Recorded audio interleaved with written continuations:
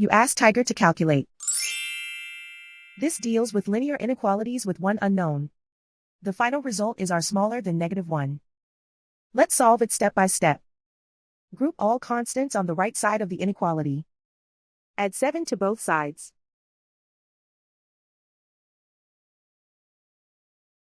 Simplify the arithmetic.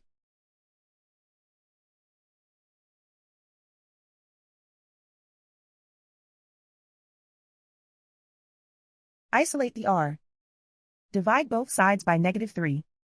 Whenever you multiply or divide by a negative, reverse the inequality sign.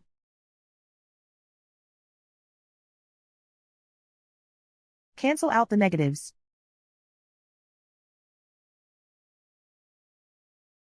Simplify the fraction.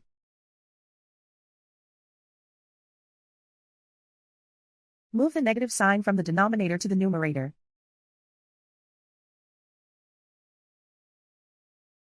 Simplify the fraction.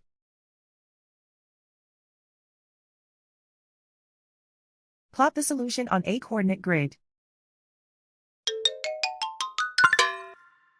And so the final result is r smaller than -1.